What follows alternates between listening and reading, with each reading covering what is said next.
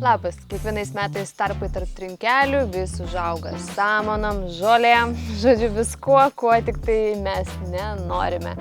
Ir išpurkšti chemiją galima, bet irgi nesinori. Tai šiandien aš parodysiu, kaip aš kovoju su tarpais tarp trinkelių ir parodysiu net keletą būdų be cheminių preparatų. Kaip kovoti?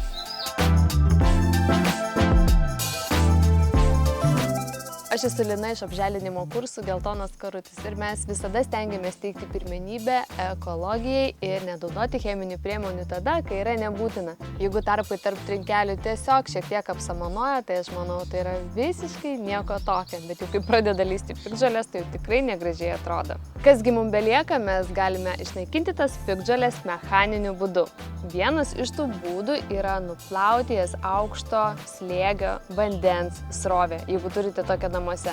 Aš neturiu, tai negaliu to parodyti, bet reikia turėti omeny ir vieną didelį trūkumą, kad jeigu jūs plaunate tas trinkeles, kurios yra prie pat namo, tai jūsų namas gali lygiai taip pat apsitaškyti, apsišiukšlinti, apsipurvinti, taigi ta rizika yra. Bet aš naudoju įrankius ir dabar parodysiu kokius.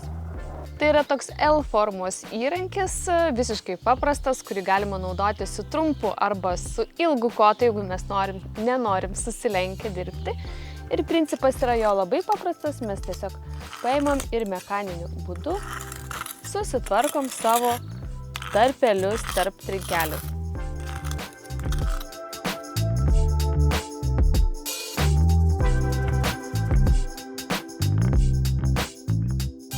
Smagu yra tai, kad šitas įrankis turi savo tokį prijungimą, todėl galima naudoti tiek su trumpu, tiek su ilgu kotu tą patį įrankį.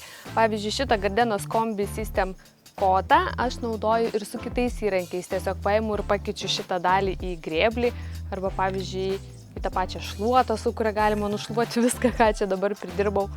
Žodžiu, toks gana universalus dalykas.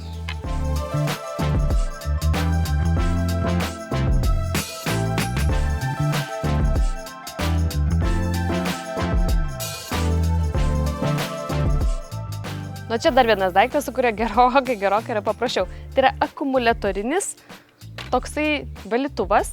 Akumuliatorių aš laikau čia, tik ką jį pakroviau, įstatau ir viskas labai paprasta, nieko nereikia jau nugaros lankstyti. Darbas labai greitas, o šalia ratuko kartu besisukantis šepetys, metalinis šepetys, išvalo kuo gražiausiai trinkelių tarpus. Pasižiūrėkit, kaip tai atrodo.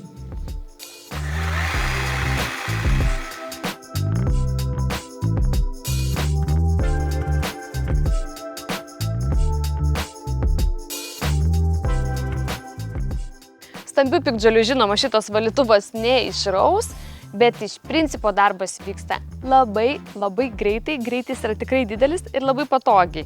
Galima čia be to reguliuotis ir galingumą ir galima reguliuotis aukštį.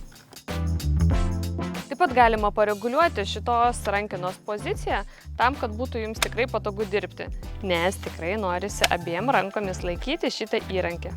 Sušluosiu ir pasakysiu pačią dažniausią klaidą, kokia yra daroma, nesvarbu, kurį būdą jūs pasirinksite.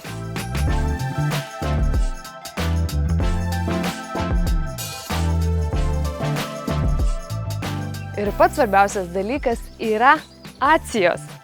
Jeigu jūs sutvarkote savo trinkelių tarpus ir jūs paliekate juos tuščius, ar su vandeniu išplovit, ar su mechaniniam priemonėm, arba net su cheminėm priemonėm, tai labai greitai ten vėl vėjas pripustys dulkelių, šapelių, žemelių ir seklelių ir labai greitai vėl užaugs jūsų trinkelių tarpai. Kad to neatsitiktų, naudokite atsijas ir jas naudokite iškart. Todėl šitą apskritai darbą darykite tik tada, kai yra sausas oras ir žiūrėkite, kad atsijos būtinai būtų sausos. Gali būti, kad vieno to tarpų užpilimo jums ir neužteks, galbūt reikės per keletą kartų, kad tikrai neliktų tarpukų, kad tikrai gerai sugultų atsijos į tuos tarpelius, tam, kad jūsų efektas, tas darbas, būtų kuo ilgiau efektyvus. O kaip jūs rūpinatės savo trinkelėmis? Ar neužmirštate užžerti atsijų po darbų? Parašykite pačiai komentaruose. Ačiū, kad žiūrėjot. Susitiksim šitam YouTube kanale. Iki.